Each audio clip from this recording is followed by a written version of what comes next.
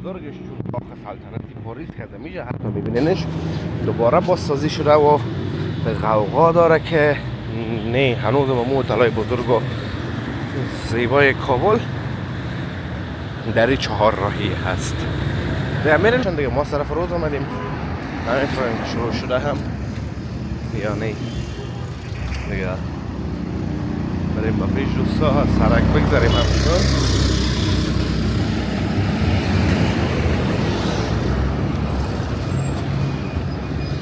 سرک بگذاریم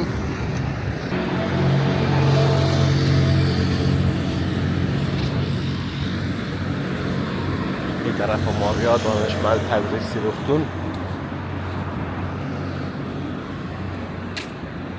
شفاخانه تدریسی آریانا دانشمند هست. سلام و درود نصار شما عزیزان و خوبان، انشالله که خوب و صحتمند و سرحال باشین و زندگیتان هم به خوبی خوشی و آرامی سپری شود. دوستان عزیز امروز آمدیم به طرف چهارراهی سرسبزی شهر کابل، یکی از چهارراهی های بزرگ مشهور و زیبا که مطمئنا همگی با نامش آشنایی دارد. قبلا زیادتر آشنایی داشتن چون خود همه عروسی بود دوستان عزیز که اما چند وقت به باد فراموشی سپرده شد و حال دوباره دوستان عزیز های بزرگش چون باغ سلطنتی پاریس کرده میشه حتی میبینینش دوباره بازسازی شده و غوغا داره که نه هنوز مو هتل‌های بزرگ و زیبای کابل در چهار راهی هست. میریم دوستان عزیزم تو سلوک با پیش ببینیم در کجا رسیده کار از این هتل عروسی کارش کجا رسیده و از چهارراهی هم گیرند بکنیم همون تو با زور میخوریم به طرف پای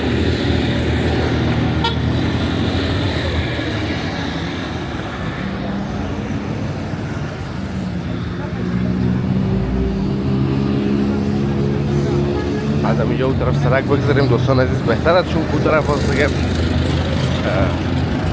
چهارراهی هست یعنی خود چهارراهی هست باز نمیشه که از بین موتور رو بگذاریم این همیشه دوستان عزیز جایش هست که برویم و بگذاریم.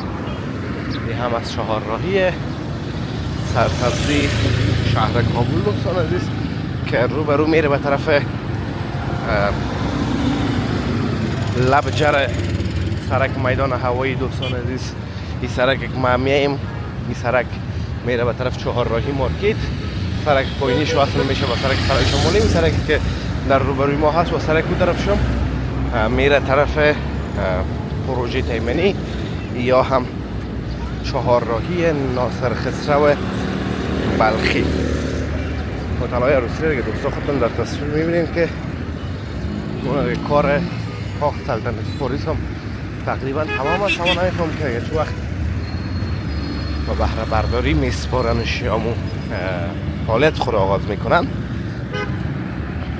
یا منتظر هستیم یا شاید شروع هم کرده باشن دیگه. ما طرف روز آمدیم نمیفهمیم شروع شده هم یا نه دیگه بریم با پیش دوستا سرک بگذاریم همچنان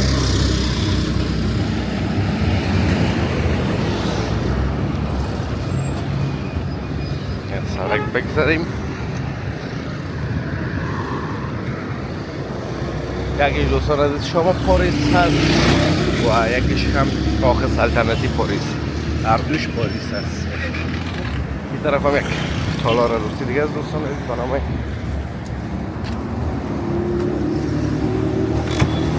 سیاره کانتیننتال که در تصویر بیننده هستیم.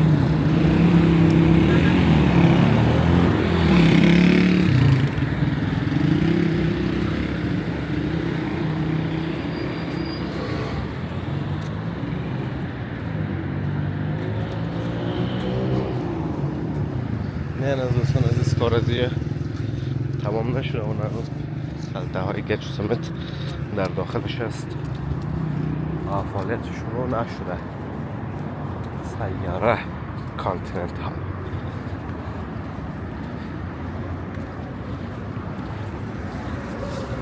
گفتن همون دوستان عزیز، موتور فروشی حاجی سخا، همون کسی که چند وقت در صفحات یوتیوب و فیسبوک بسیار مشهور شده بودم، در امی سرک موقعیت دارد و کم پیشتر در اون آخرین ساختمان بلند که میبینید به رنگ قهوه‌ای دوستان عزیز همونجا هست.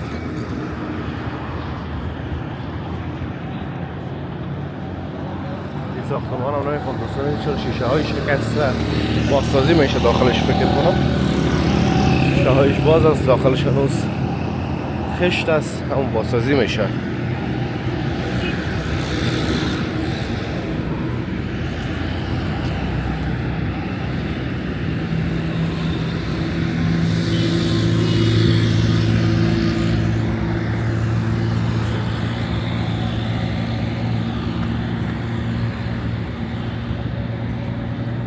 دوستان عزیز مرکز موتورهای کرایه از اون طرف شما است.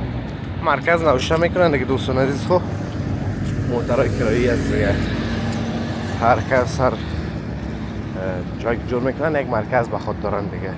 چه قسم براتون بگویم، هر کس که جور میکنه یا مرکزی خودش هست.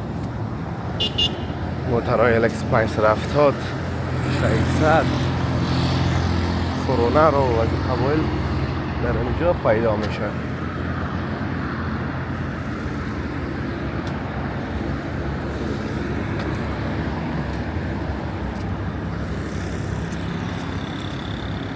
این طرف شام از دوستان عزیز مرکز موتورهای کلاسیک.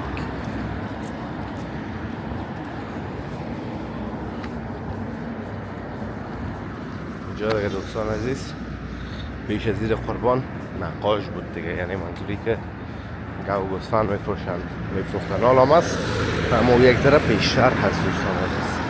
یک نقاش مرکزی است که دائم در همه فصول و همه وقتا میباشه. یعنی یک بخشک کوچک از گوسفندان دی بخش موقعیت داره یا هستن برای یکای خورد هستن دوستان. زور آباد لب جهر.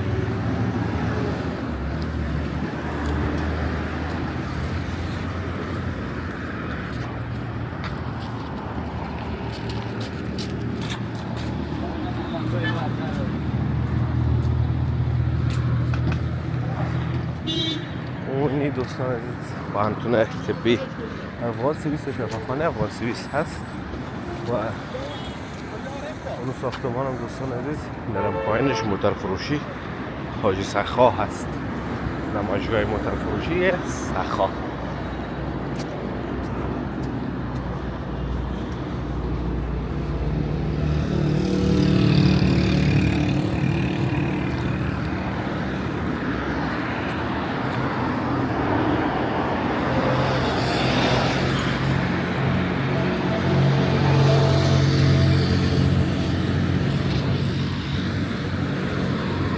طرف ماریا دانشمند تدریسی رفتون شفاخانه تدریسی آریانا دانشمند هست. نمایشگاه موتور فروشی سخا.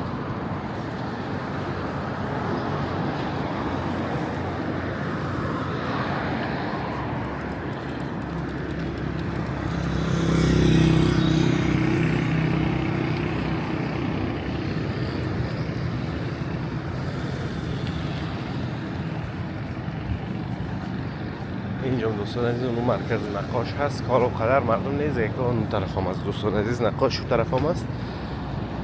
مردم رو یوقعه میخره جز قصابا دیگه. عید قربان تازه سپری شد، یخچالای همگی گوشت پر است، وگرنه دوستان عزیز اینجا پر است گو و گوسفند بود پیش از عید. خوب دوستان نهایت گرامی و عزیز، انشاءالله که ویدیو خوشتان آمده باشه، از ویدیو لذت برده باشین. ویدیو را لایک کرده در کانال همچنین سابسکرایب کنین تا ویدیوهای بعدی همگیتون به الله متعال پاک و بی‌نیاز میسپارم. روز و روزگار خوب و خوش داشته باشین. الله حافظ و مددگار همگیتان.